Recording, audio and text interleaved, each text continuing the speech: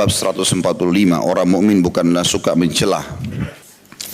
Kita akan masuk ke hadis kita pada pagi ini, nomor 312, ya, di halaman 320. Imam Bukhari rahimahullah berkata, Ahmad bin Yunus mengabarkan kepada kami, ia berkata, Abu Bakar bin Ayyash mengabarkan kepada kami dari Al-Hasan ibn Amr, dari Muhammad bin Abdurrahman bin Yazid dari ayahnya, an Abdullah anin Nabi sallallahu alaihi an Abdullah radhiyallahu anhu anin Nabi sallallahu alaihi wasallam qala laisa al-mu'minu bit-ta'ani wala al-la'ani wala al-fahishi wala al-fahishi wala al-badhi. Dari Abdullah bin Mas'ud radhiyallahu anhu, dan saya sudah ucapkan atau sampaikan dari awal kita bedah buku kita, setiap kali terlintas nama sahabat pasti kita akan baca atau ucapkan radhiyallahu anhu walaupun tidak tertulis ya. Dari Nabi sallallahu alaihi wasallam beliau bersabda, orang mukmin bukanlah orang yang suka mencelah, suka melaknat, dan bukan pula suka berbuat dan berkata keji serta kotor. Ada penjelasan kosakata dulu di situ, at-ta'an, orang yang suka melanggar kehormatan seseorang dengan cara mencelah dan menggunjing. Yang disebutkan tadi potongan pertama hadis, laisal mu'minu bit-ta'an. Berarti ta'an itu artinya orang yang suka melanggar kehormatan seseorang dengan cara mencelah dan menggunjing. Kemudian la'an adalah dijelaskan pada hadis nomor 309 kata beliau tentang masalah makna laknat, yaitu dijauhkan dari rahmat Allah atau mendoakan keburukan. Sementara al-fahish, orang yang berbuat dan berkata keji atau kotor, jorok, menjatuhkan orang lain dan seterusnya. Kandungan hadis ini ditulis di sini ada 3. Yang pertama, kewajiban menahan diri untuk tidak melanggar kehormatan orang lain. Yang kedua, tidak boleh mendoakan orang mukmin agar dijauhkan dari rahmat Allah. Dan yang ketiga, kewajiban menjauhi perbuatan dan perkataan yang keji dan wajib membersihkan lisan dari segala kotoran. Kita akan masuk lebih dalam membahas hadis ini seperti biasa. Abdullah bin Mas'ud radhiyallahu anhu, seorang sahabat yang mulia, salah satu dari 4 sahabat yang dikenal dengan 4 abadilah atau 4 Abdullah yang paling banyak meriwayatkan hadis. Dan beliau punya banyak sekali kiprah di dalam agama Islam. Dan beliaulah salah satu orang yang sudah atau membunuh Abu Jahal, ya, Fir'aunnya umat ini di perang Uhud, ya, dan dia dulu kerjanya pengembala kambing. Dan Abdullah bin Mas'ud orangnya sangat kecil, ya, jadi subhanallah postur tubuh bukan jadi tolok ukur orang itu alim, pintar atau dekat dengan Allah SWT, atau postur tubuhnya besar. Jadi saking kurusnya, pernah Abdullah bin Mas'ud naik di atas sebuah pohon kurma untuk melihat sesuatu, menyampaikan informasi kepada Nabi SAW dan para sahabat yang lain dibawa. Waktu dia lagi naik ke atas dan angin kencang, rupanya gamisnya itu sempat tersingkap bagian betisnya. Dan saking kecilnya betisnya Abdullah bin Mas'ud sampai beberapa sahabat menertawakan. Ya, dianggap kok lucu gitu ya, kok kecil sekali betisnya. Maka Nabi SAW lalu mengucapkan sebuah sabda beliau yang kekal dibaca oleh orang beriman sampai hari kiamat. Mengatakan, apakah kalian menertawakan kecilnya betisnya Ibnu Mas'ud? Ketahuilah kedua betis itu lebih berat daripada gunung Uhud di timbangan amal hari kiamat. Artinya orang ini punya kedudukan yang luar biasa di sisi Allah Subhanahu wa taala. Beliau mengatakan, Nabi SAW bersabda, pelajaran pertamanya adalah laisal mu'mini bit-ta'an.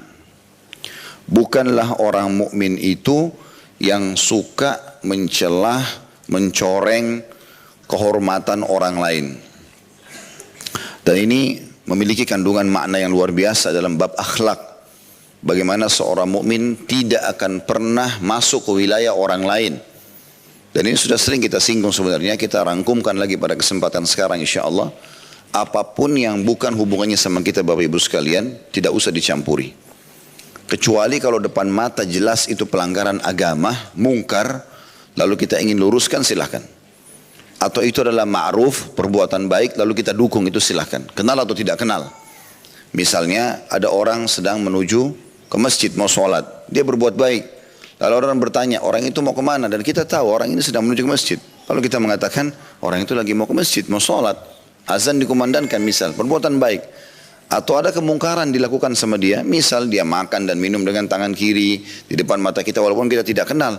Kita tidak boleh diam. Karena Nabi SAW mengatakan kalian harus beramar ma'ruf, kalian harus melarang dari kemungkaran. Atau Allah akan membuat perselisihan di antara kalian. Maka kita harus ingatkan, maaf Pak, maaf Bu, kalau memang Muslim ini dilarang dalam Islam. Atau kita tanya dulu, apakah Anda seorang Muslim? Kalau dia bilang iya, setahu saya maaf saya mau berikan masukan, ada hadis Nabi SAW tidak boleh makan dan atau Nabi SAW melarang makan dan minum dengan tangan kiri karena syaitan makan dan minum dengan tangan kiri. Maka itu kemungkaran.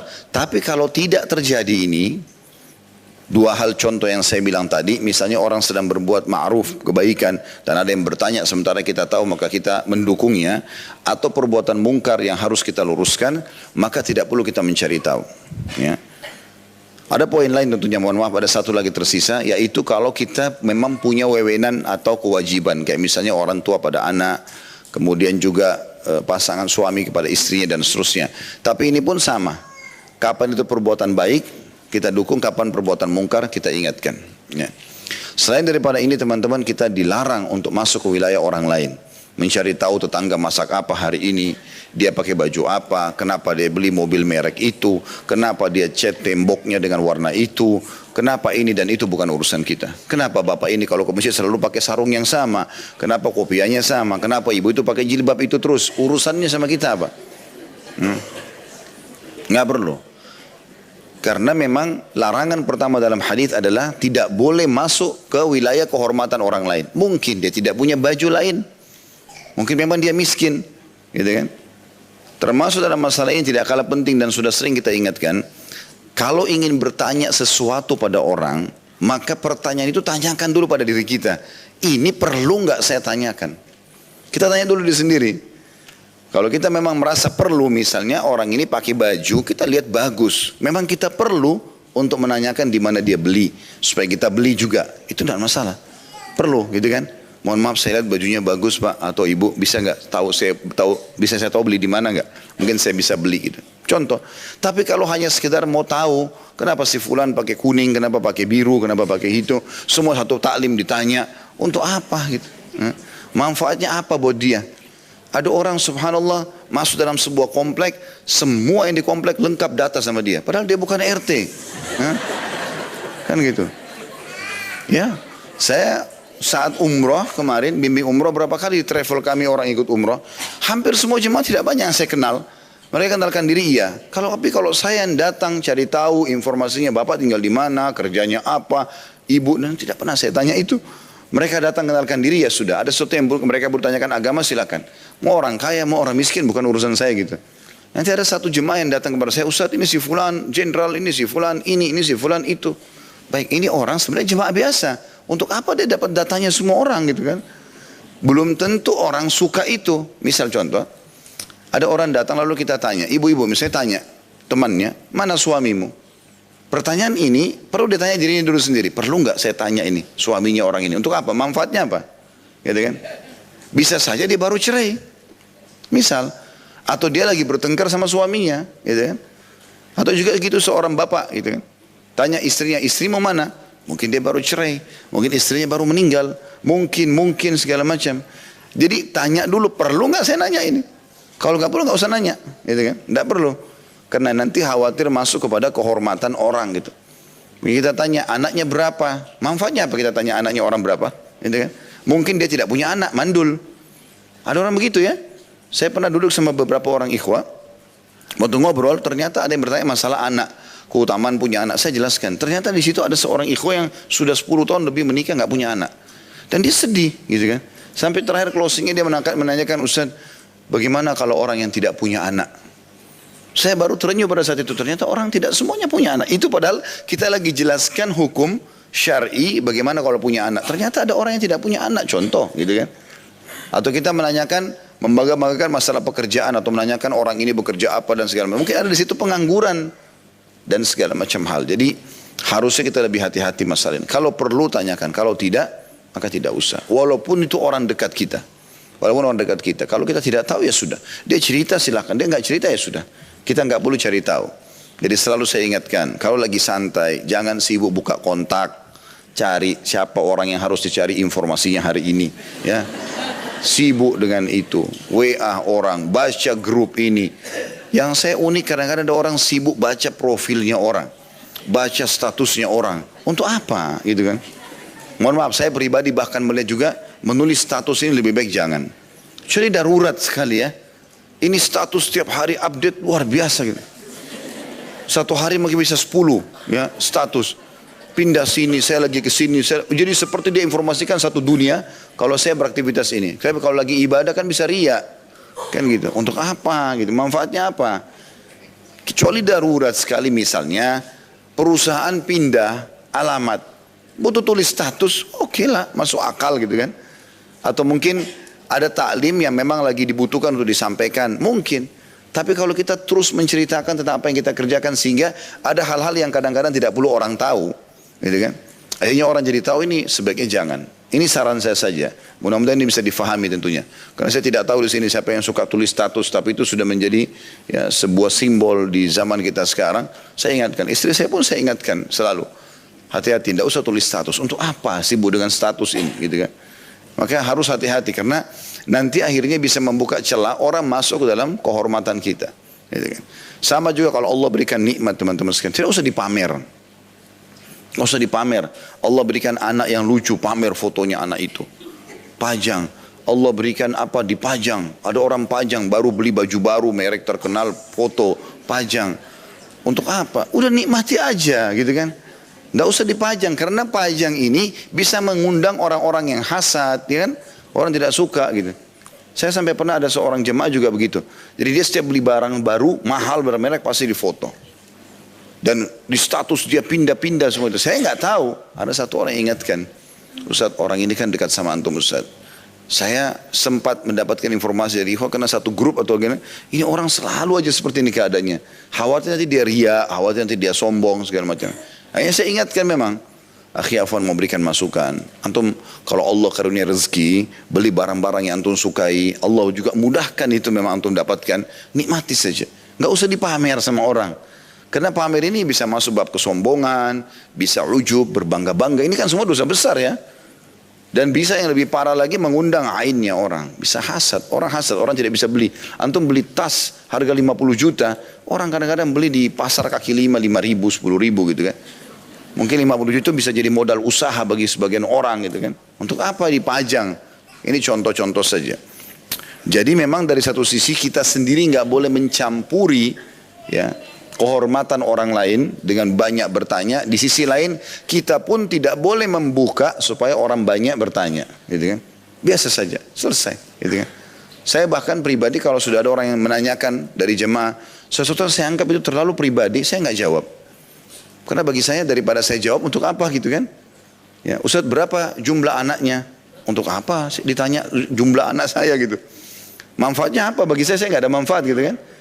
Kecuali kalau memang ada sesuatu misalnya, saya lagi daftar anak saya di sekolah, kemudian ditanya anak yang keberapa, mungkin sekolah butuh datanya, ya iya, gitu kan? Saya merasa itu sangat pribadi, untuk apa ditanyakan? Ustaz berapa jumlah istrinya? Untuk apa ditanya? Manfaatnya buat antum apa? Gitu. Nggak ada manfaatnya sama sekali gitu ya. Karena mereka dengar, oh Ustaz ini poligami. Baik, kalau antum mau poligami silahkan. Untuk apa tanya jumlah istri orang berapa? Contoh saja dan seterusnya lah gitu kan. Jadi hal-hal yang seperti ini sebaiknya dihindari supaya jangan masuk dalam larangan Nabi alaihi salatu wassalam masalah ta'an ya. Dalam arti kata masuk kepada wilayah orang lain. Karena memang walaupun kita awalnya niatnya memuji, kita manusia sensitif ya. Kita bisa nanti pindah dari memuji, bisa saja kita pindah kepada hal-hal yang lain. Hasad terutama ya, merasa iri gitu kan. Akhirnya kita jadi hasad kalau lihat kelebihannya dia melebihi kita dan seterusnya. Kemudian larangan yang kedua, peringatan dalam hadis adalah orang mukmin juga bukan la'an. Dan la'an artinya mendoakan keburukan buat orang lain. Ya. Jadi selalu saja doakan kebaikan. Walaupun keadaan orang itu dalam kondisi mungkin kita lihat melakukan banyak kemungkaran. Gitu kan? Banyak orang yang datang kepada saya mengatakan, Ustaz, saya ini disakiti karena orang utang tidak bayar, saya begini dan begitu. Lalu saya mengatakan, lalu boleh nggak saya doakan keburukan? Saya bilang boleh, Antum lagi terzalimi, boleh mendoakan keburukan. Tapi saya kasih opsi. Antum pertama doakan keburukan, ya Allah orang ini tidak bayar utang, butakan matanya. Ya Allah pincangkan kakinya. Bisa saja, hak antum kan gitu. Karena lagi terzalimi kan. Dua orang terzalimi tidak ditolak. Tapi itu murni balas dendam. Karena setelah Allah kabulkan, orang ini betul tertimpa, selesai. Antum gak dapat apa-apa. Udah gak dapat utangnya, hanya murni orang itu kena timpaan. Baik. Sekarang saya kasih opsi kedua, mau nggak? Mau Ustaz. Baik, yang kedua, doakan coba kebaikan. Ya Allah berikan dia hidayah. Mudahkan dia supaya bayar utangnya. Kalau Allah kabulkan doa itu dan dapat hidayah, utang kita terbayar. Selama dia jadi baik, dia berbuat amal soleh, kita juga dapat pahalanya. Kan gitu. Kenapa harus menjadi orang yang buruk ini? Kenapa harus lisannya itu caci maki orang, menjatuhkan orang lain, doakan keburukan. Bahkan kadang-kadang anaknya, suaminya, istrinya didoakan keburukan. Kenapa ini? Hanya kena jengkel sedikit marah. Ya, kamu memang nakal sekali. Ibu nyesal melahirkan kamu. La haula wa la quwata illa billah. Memangnya masalah hamil dan melahirkan di tangan ibu? Kan bukan. Allah subhanahu wa ta'ala yang mengeluarkan anak itu kan gitu. Atau pernikahan pun sama. Itu juga takdir Allah subhanahu wa ta'ala. Allah memberikan. Dan pasangan yang Allah berikan itu adalah simbol kita gitu kan. Kalau memang kita baik, insya Allah Allah datangkan orang baik itu. Dan itulah yang paling cocok buat kita. Kalau masih ada sesuatu yang salah, berarti kita harus muhasabah juga. Kenapa orang ini yang Allah berikan? Kenapa bukan yang lain? Kan gitu. Maka semua ini bisa jadi bahan muhasabah. Jadi la'an ini termasuk tidak boleh menghina dan mendoakan keburukan diri sendiri atau mengucapkan kalimat buruk atau untuk orang lain ataupun sampai benda. Dikatakan dalam riwayat-riwayat sebelumnya yang kita pelajari, kalau baginda Nabi SAW itu kalau dihidangkan makanan dan beliau tidak suka, para sahabat mengetahui dengan Nabi SAW tidak menyentuhnya saja. Jadi tidak perlu sampai mencaci maki atau menghina. Masa makanan begini, masa cuma begini, gitu kan. Subhanallah, saya pernah bimbing haji sekali. Allahu a'lam, saya ini menurut yang kita lihat saja depan mata waktu itu ya. Ada salah satu jemaah, makanan kita Masya Allah, tabarakallah. Waktu itu kami belum punya travel, masih travel orang. Saya bimbing haji beberapa tahun yang silam gitu. Kemudian makanan saya lihat Masya Allah bagus, hotel juga bagus, nggak ada masalah. Bahkan tiap hari kita makan daging gitu. Maka yang saya lihat orang ini, rupanya saya tidak tahu, tapi ada jemaah yang membahasakan waktu kami pas dari hotel pindah ke Mina di kemah, terus tiba-tiba orang lagi sholat jatuh, dia mendengkur dari mulutnya seperti suara sapi gitu. Dan lama dia pingsan, nggak sadar gitu. Setelah sadar baru alhamdulillah bergabung lagi. Tapi ada satu orang yang bilang, Ustaz ini orang hampir tiap hari menghina makanan di hotel. Dan selalu bilang, masa kita seperti sapi dikasih makanan begini terus? Apa karena itu Allah kasih dia seperti ini? Allahu a'lam. Nikmat Allah besar, kenapa harus dihina? Bisa saja, gitu kan? Bisa saja. Begitu yang terjadi pada Bani Israel pada saat Allah SWT berikan mereka manna wassalwa, makanan yang enak, manis. Mereka malah minta makanan yang dari tanah, bawang-bawang segala macam. Padahal Allah turunkan dari langit makanan buat mereka. Alasannya mereka bosan, jenuh. Ini karena kufur nikmat, ya, karena kufur nikmat. Itu. Maka ini juga termasuk hal yang harus diperhatikan. Perbanyak bersyukur kepada Allah Subhanahu Wa Taala. Lisan kita masih bisa merasakan makanan. Alhamdulillah. Oh ini manis, oh ini pedas, oh ini asam, ini segala macam. Alhamdulillah. Kita masih bisa menelan. Alhamdulillah. Perut kita masih bisa mengelola sehingga sebagian jadi energi, sebagian jadi kotoran dikeluarkan. Alhamdulillah. Sebuah nikmat yang luar biasa gitu. Jangan sampai kita mengucapkan kata-kata yang tidak baik. Begitu juga dengan pakaian, begitu juga dengan tunggangan, tempat tinggal. Bersyukurlah. Karena dunia ini teman-teman, bagi seorang mukmin tempat berlalu saja. Tempat berlalu. Allah SWT sebutkan dalam banyak firman-Nya, dalam banyak juga sabda Nabi SAW tentang masalah dunia. Di antaranya, hadis riwayat Imam Muslim, kata Nabi SAW, hadis sahih, Allah telah menjadikan apa yang dikeluarkan oleh anak Adam, maksudnya dari kotoran, maaf, air seni dan juga tinja, ya Allah jadikan apa yang keluar dari anak Adam itu perumpamaan untuk dunia. Jadi dunia ini bukan target kita. Kita lalui. Apa yang Allah berikan sebagai fasilitas kita nikmati, kita lakukan sebaik mungkin untuk beribadah kepada Allah Subhanahu Wa Taala. Berapa banyak orang yang miskin di dunia, susah hidupnya tapi menjadi pangeran dan ratu di surga dengan derajat yang tinggi, gitu kan? Karena memang targetnya adalah akhirat, bukan dunia. Kalau Allah SWT berikan kita nikmat, kita syukuri, ada cobaan kita bersabar, itu kata kuncinya. Jadi tidak usah terlalu berlebihan dalam masalah tamak terhadap dunia ini yang akhirnya membuat kita lupa dan lalai gitu kan. Walaupun kita boleh mengejar yang terbaik. Ya. Kemudian selanjutnya yang ketiga, larangannya adalah walal fahish. Dan bukan juga orang yang fahish. Fahish itu pelaku perbuatan keji. Tindakannya perbuatan keji.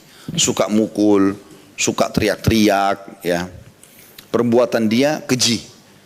Yang keempat, walal badhi. Badhi ini sama. Keji juga, kotor, jorok, ya, kasar, tapi dari lisan. Suka mencaci maki dengan lisan, ya, dan segala macam. Ini dua perbuatan yang disebutkan langsung sekaligus fahish dan juga badhi dilarang oleh Nabi SAW yang ada atau ada pada seorang mukmin. Ya. Jadi berarti orang mukmin itu selalu baik, santun, ramah. Memang itu sifatnya. Baik dalam kondisi dia marah ataupun dia tenang, gitu kan. Dan bukan berarti teman-teman sekalian kita mengalah dalam beberapa keadaan, berarti kita ini pengecut, tidak. Justru kita bisa nilai kedewasaan seseorang pada saat dia tidak terbawa dengan emosinya, gitu kan.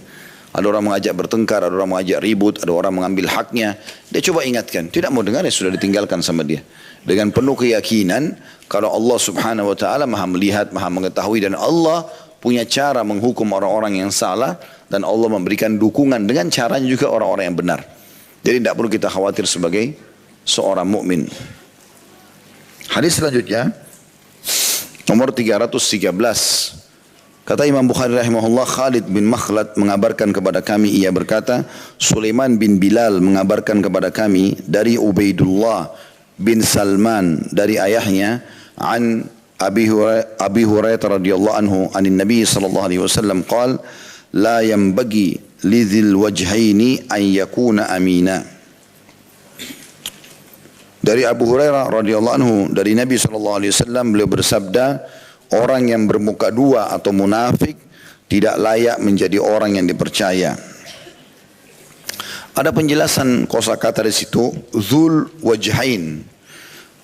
Maksudnya orang yang memiliki dua wajah adalah orang-orang munafik. Mereka memuji satu kelompok dan menghina kelompok lain. Imam Nawawi rahimahullah berkata, orang-orang munafik adalah orang-orang yang mendatangi satu kelompok lalu menampakkan sikap seolah-olah dirinya menjadi bagian dari mereka dan menyelisihi musuh kelompok tersebut. Kandungan hadis yang pertama, orang yang bermuka dua adalah orang yang menghiasi aib yang ada pada satu kelompok tapi menjelek-jelekkannya di kelompok lain dan mencela setiap kelompok tidak di depannya tapi di depan kelompok lainnya atau lawannya. Perbuatan ini tercela. Yang kedua, orang yang terpuji adalah orang yang memuji masing-masing kelompok di hadapan kelompok lain dengan tujuan mengislah atau mengadakan perbaikan dan perdamaian di antara dua kelompok. Hadis ini memberikan gambaran kepada kita pelajaran penting sekali. Salah satu akhlak seorang muslim, dia tampil apa adanya. Sering kita ingatkan itu. Suka ya suka, tidak suka tidak suka. Mau beli ya beli, tidak mau beli bilang tidak mau beli. Selesai. Tidak ada sesuatu yang samar bagi seorang muslim. Apa yang nampak di dia, itulah yang ada dalam hatinya. Apa yang dia sembunyikan dalam hatinya, itulah yang nampak dalam sikapnya. Jadi tidak ada sesuatu yang samar. Nabi SAW kalau suka beliau membahasakan, kalau benar beliau dukung, kalau salah beliau ingatkan, selesai. Jadi tidak ada sebuah PR dalam kehidupan kita. Itu sifat dasarnya seorang muslim gitu. Ada orang tidak, depan kita senyum, tapi dalam hatinya gerutu misalnya. Enggak, bahasakan baik-baik kalau memang tidak suka. Maaf, ini perbuatan saya tidak suka. Gitu. Kita bahasakan baik-baik. Istri saya sudah sangat kenal, tahu kalau ada sesuatu yang saya tidak suka, saya bahasakan. Saya tidak suka, selesai. Jadi tidak usah berlarut-larut. Kalau mau perbaiki, ayo saya bantu. Selesai, kan gitu. Jadi jangan kita memendam sesuatu karena kita belum membahasakannya, belum menasehatinya, belum menyampaikan, mengutarakan apa yang kita inginkan. Apalagi dalam masalah rumah tangga. Seringkali terjadi keributan hanya karena masalah ini saja. Belum komunikasikan, lalu berharap pasangannya menjadi seperti yang dia harapkan. Ini gak mungkin terjadi. Ya, begitu juga dengan anaknya, begitu juga dengan sahabatnya. Maka harusnya difahami tentu masalah ini. Baik, kita masuk kepada bahasan ini. Nabi SAW melarang cirinya orang yang ditolak untuk menjadi orang yang bisa dipercaya, maksudnya jadi suami, jadi istri, jadi teman, partner bisnis, jadi pemimpin, jadi muadzin, jadi imam, ini semua nggak boleh. Kalau dia memiliki dua wajah. Cirinya, kata Imam Nawawi tadi disebutkan, ciri mereka adalah kalau mereka datang ke satu kelompok, misalnya ada dua kelompok atau dua komunitas yang bermusuhan. Dia datang ke kelompok A, dia memuji-muji kelompok A dan menyalah-nyalakan kelompok B. Tapi dia kalau pergi ke kelompok B, dia nyalah-nyalakan kelompok A dan mendukung kelompok B. Sehingga dia merasa aman di dua sisi. Dan itu yang terjadi di zaman Nabi SAW dari kaum munafikin. Mereka kalau berkumpul sama orang-orang beriman, mereka mengatakan, kami bersama kalian. Memang tuh orang kafir begini dan begitu, mencaci maki, bahkan mereka yang paling besar lisannya berbicara gitu. Tapi kalau pergi kepada orang-orang kafir, kami hanya menipu orang beriman itu. Kami bersama kalian, gitu kan? Seperti itu sifat mereka. Tapi na'udzubillah tentu harus jauh dari sifat seorang muslim. Makanya dikatakan di kandungan hadis yang kedua tadi, orang mukmin adalah orang mukmin yang bicara apa adanya. Di kelompok A dia bicara apa adanya, di kelompok B dia bicara apa adanya. Yang benar-benar, yang salah-salah. Seperti itulah. Tidak ada rekayasa, tidak ada manipulasi dan seterusnya. Itu yang dimaksud dengan hadis ini. Dan kalau ada orang yang cirinya seperti ini, dua wajah, maka tidak boleh sama sekali dipercayakan apapun. Udah jelas ditolak, udah. Dia mau menjadi seperti apa terserah dia. Pokoknya untuk dapat jabatan di masjid misalnya, di yayasan, di lembaga, di instansi atau di persahabatan, di komunitas, yang semua tidak boleh ada. Jadi memang orang mukmin harus bersih dari semua sifat-sifat seperti ini. Karena kalau ada satu orang yang punya virus seperti ini, masalah dalam hidupnya ini, maka akan menyebar kepada yang lainnya. Kalau ada satu pegawai kita di kantor pemalas, maka bisa menyebar malas itu. Ya. Karena memang sifat buruk itu cepat sekali tunggangi oleh syaitan. Gitu kan. Di pengajian begini ada satu yang ngantuk, bisa ngantuk semua nanti. Kan itu. Oh ya. Makanya kalau yang ngantuk itu diulus-ulus belakangnya oleh temannya sama jenis tentunya. Jangan ngantuk ya. Karena bisa nyebar. Lama-lama saya juga ikut tidur gitu kan. Jadi ini contoh-contoh saja. Kita pindah ke hadis selanjutnya, 314.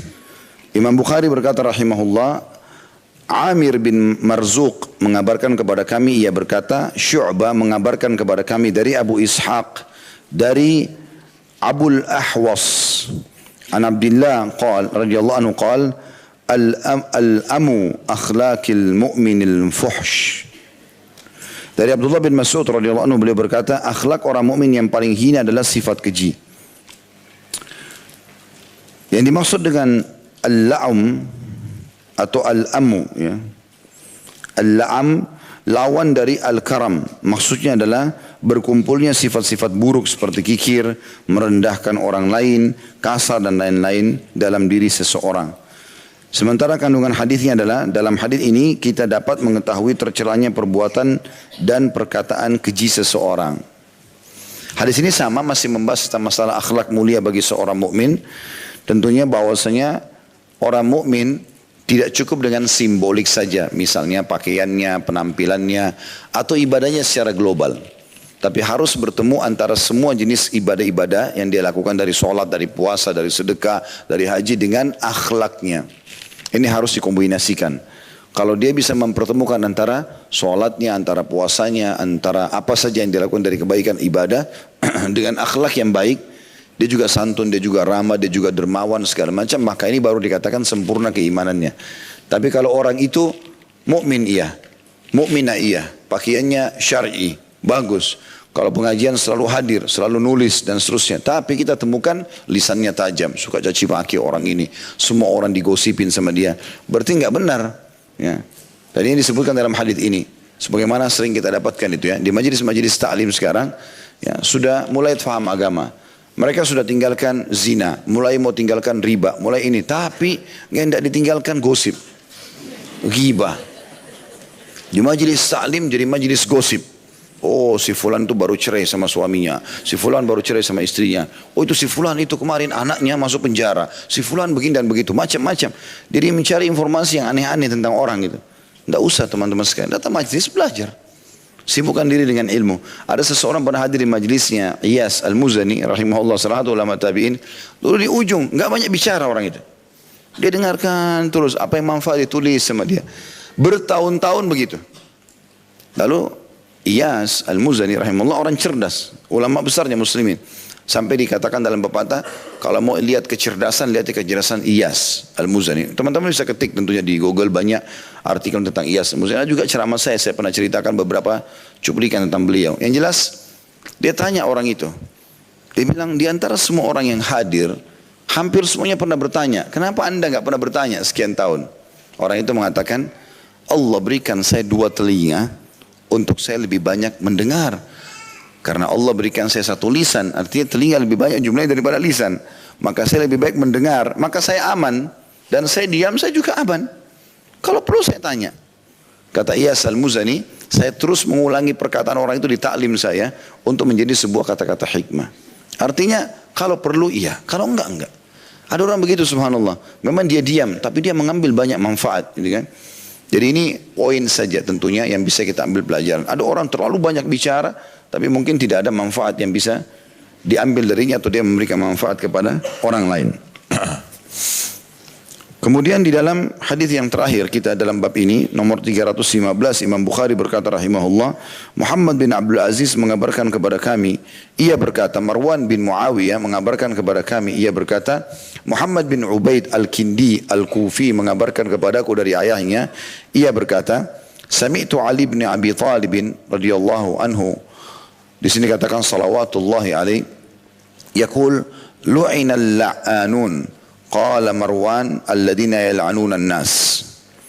Aku mendengarkan Ali bin Abi Thalib radhiyallahu anhu mengatakan para pelaknat akan dilaknat. Marwan berkata maksudnya adalah orang yang suka melaknat orang lain. Kandungan hadis ini tercelah orang yang suka melaknat orang lain. Selain itu orang tersebut tidak akan aman dari celaan orang lain. Tentu pelajaran yang bisa kita ambil teman-teman sekalian. Sudah menjadi sistem yang Allah SWT ciptakan. Anda kalau berbuat baik sama orang, misal kita senyum, kita ramah, responnya sama. Kalau kita pukul, celah, responnya sama. Sunnatullah. Kecuali orang itu tidak normal. Kita senyum lalu dia pukul, itu lain, aneh, nggak mungkin. Tapi sudah menjadi sunnatullah, kita senyum, kita ramah, balasannya orang begitu. Kita beri, kita juga diberikan begitu. Tapi kapan kita mengganggu, kita mencela, akan sama responnya. Anda bisa menentukan jalan Anda dari situ. Selama kita tidak punya masalah sama orang lain, kita selalu baik, maka akan responnya sama. Kalau ada orang yang coba bertolak belakang dengan sikap baik kita itu, berarti orang itu tidak baik. Sebagaimana Nabi SAW sudah melakukan yang terbaik, memiliki akhlak yang sempurna. Bahkan Allah puji dalam surah Al-Qalam, A'udzubillahi minasyaitonirrajim wa innaka la'ala khuluqin azim. Hai Muhammad, kau benar-benar memiliki akhlak yang sangat mulia. Tapi masih ada orang munafik, ada orang kafir yang benci beliau. Itu tidak dihitung dalam kehidupan Nabi SAW. Karena memang orang yang membenci beliau adalah orang-orang yang sudah tidak baik. Seperti itu Quran itu tolak ukurnya. Kalau kita sudah baik, ada yang membencinya berarti orangnya tidak benar. Gitu kan? Yang penting kita sekarang selalu memberikan yang terbaik. Selalu kita berikan. Karena apa yang kita berikan kepada orang akan seperti itu responnya. Teman-teman kalau sakit, ingin ada yang menjenguk. Sering jenguk orang sakit.